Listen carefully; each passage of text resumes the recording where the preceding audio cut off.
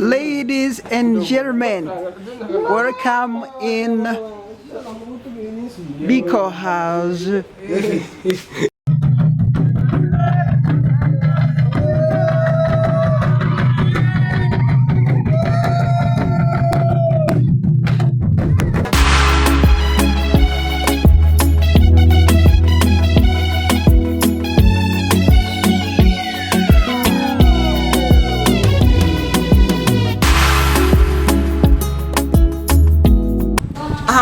Mwaramutse mwese muriko muradukurikirana kuri Dunda Entertainment. Uno musi tuje kuvugana kuki kuri Dunda Entertainment. Nkuko musanzwe mumenyereye, Dunda Entertainment isanzwe yitaho uguhinduka kwa mind y'ugwaruka. Turashaka ko ugwaruka ruhindura mind. Birababaje kubona abatama bakuze ari busanganye ne bateye imbere, bafise imiduga imeze neza, bafise impangu bagirane, ukagira gutunga uri mu gupfa. Byari vyiza rero ko n'ugwaruka ruvyuka tugatunga tukiri bato, ubundi hagerayo kutunga imitungo yawe ukayisigira abana. Sivyo?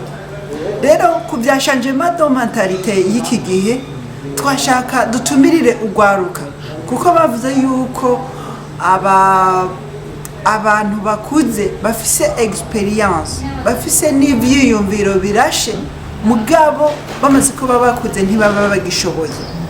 Nico gituma abantu bakuze bavuga bati icyo subiza mu bujene nokora ibitangaza. Rero burya baratwihweza bakaturaba ati none urugwaruka ruriko rukora iki? Naho uwo mwegera akakubwira ati reka mwana, reka aha twaciye mu nzira nyinshi ntawe wozi kubwira. No kuvuga naho yo kwiganira aho yaciye, ugwaruka ruracabona yuko biba ari ibintu bisanzwe mu gihe ruba ruriko rurabona bisanzwe. Rubona yuko ibintu bisanzwe mu gihe ruba ruriko rurabona se wiwe ari karamurihira ishure, bakabona ariko aramurihira universite. Mugabe nyuma ya universite bacha babona ico bita difference. Mu gihugu ca Kenya umwana amaze imyaka 18 bacha bamusohora, bamubwira bati genda, nimba ugiye gupanga genda. Ariko mu Burundi mihanda usanga muzehe hageze mu zabukuru, urusore rw'imyaka irenga 25 30 n'ubundi rukibandanya n'umwaka mahera. Hanyuma rurangije rugaca rumwipfuriza gupfa, rukaba mu bamwipfuriza urupfu canke rukaba mu bamwica kugira ngo asigarane ryatunga atarondera. Byari vyiza rero yuko twiga kurondera hakiri kare kugira ngo nivyo abavyeyi bazodusigira tuzomenye ingene dushobora kubijera. Rero kuri Dunda Entertainment dufise ligne éditoriale ivuga yuko ari changement de mentalité pour les jeunes. Na wewe uri kuraturaba nkeka wo burimo. Ico twifuriza abajene nuko ahanini twarigeze kukurikirana intaye y'umujeune umwe yavuze yuko yagiye kwiga, yiga muri secondaire, yiga muri privé, aho yabifatanya no kudandaza amagi. Akava ku ishuri agaca agenda akadandaza amagi. Hariho n'uwundi rero yava ku ishuri ashikira muri limikash. Igihe kimwe araronka amahera yasabwa, ico gihe batanga amajana 500 kugira ngo ushobore kuba umusuperaje. Acaba umusuperaje ari n'umunyeshuri. Rero no musi yageze guheza universite afise urupangu, afise n'imodoka yiwe Plato. Uwo rero ugiye kumubaza uti none kufise imyaka 25 ukaba ufise urupangu, ukaba ufise na Plato, byakugendeye gute? Ikintu aheza akubwira ati muhungu, ukaba utabitanguye hakiri kare uracerewe. Ati rero ni wumva hari amakampani mashasha, urumva ko limikashi yoyo yamaze kurengana, ubu hari ibindi bya imyampi, hakaba n'ibindi bya Castel, hariho n'ibindi bya Xpaging.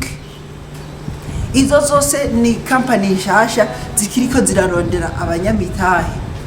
Rero ugwaruka ntimucegwe, niyo wumva ikintu gishasha ukumva application nshasha, nk'ubu igihe TikTok yari nshasha barigeze gutumira au niveau mondial, no mu Burundi bari bahari, ariko mu Burundi abashoboye gupasa bagashira imitahe muri TikTok uno munsi barafise ico bita daily income.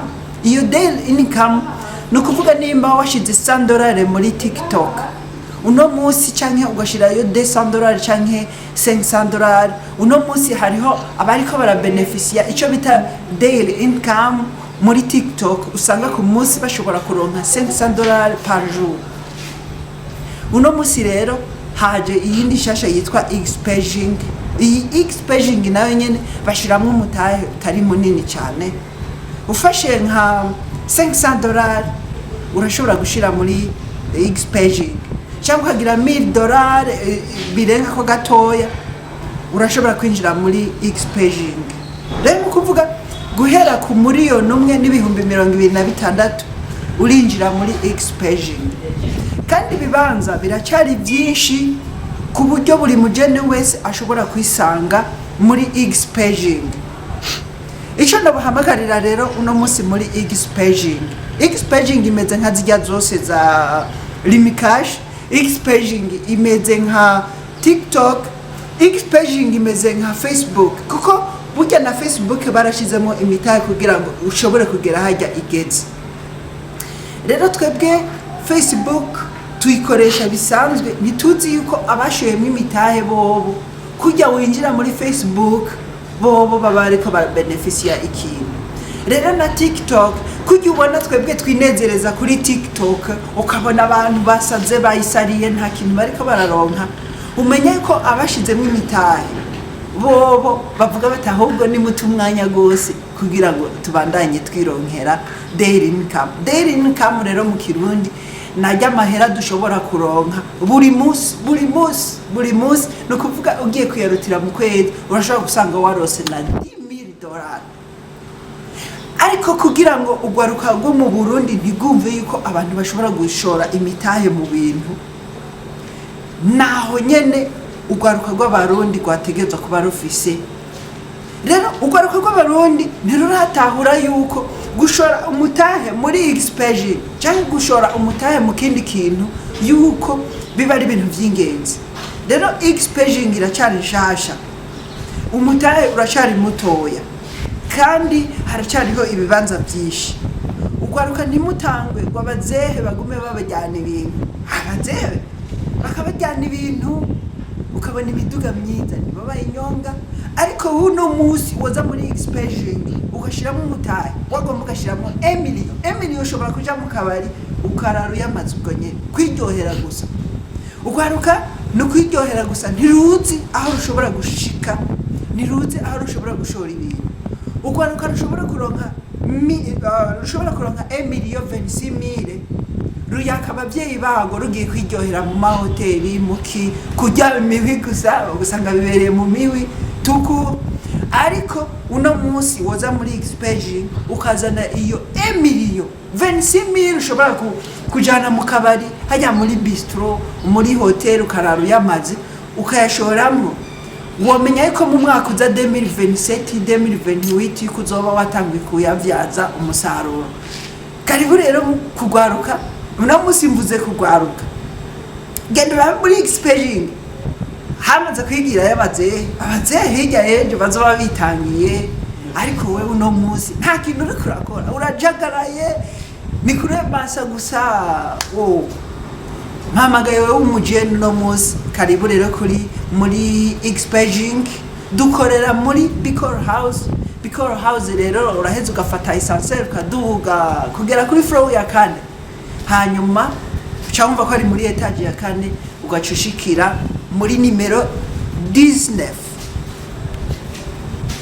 Nakindi nakubwira uri umujene ntivyari bikwiye kuja kuri TikTok ngo ugende usare mwibarabara utambe nta kintu na kimwe uri kuraronka ariko uza muri Xpaging uzoronka amahera uzokoresha application uzotelefona abantu uzorungika buri kintu cyose hazoba no kudandariza alinye wongera uronka icyo bita daily income rero ntuzutangare va kuri TikTok ahubwo ingo muri Xpaging kuko TikTok kugira ngo uzoguhemba uzoteseka ariko Xpaging ni umwanya mutoya akaravyo ushobora no gucutumira n'abandi bakaguma baguha bonus ziri kwishi muri Xpaging nahawe rero ikaze rero kuri mwese murakoze Imana ibahezagire bari kumwe na Merasa nice